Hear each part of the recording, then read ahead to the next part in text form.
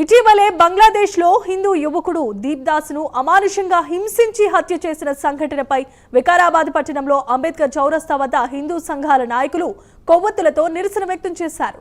బంగ్లాదేశ్లో హిందువులపై జరుగుతున్న అరాచకాలను వెంటనే ఆపాలని, అక్కడి ప్రభుత్వం రక్షణ కల్పించాలని డిమాండ్ చేశారు. బంగ్లాదేశ్లో హిందువులపై దాడులు ఆపేందుకు భారత ప్రభుత్వం గట్టిగా నిర్ణయం తీసుకోవాలని కూడా కోరారు.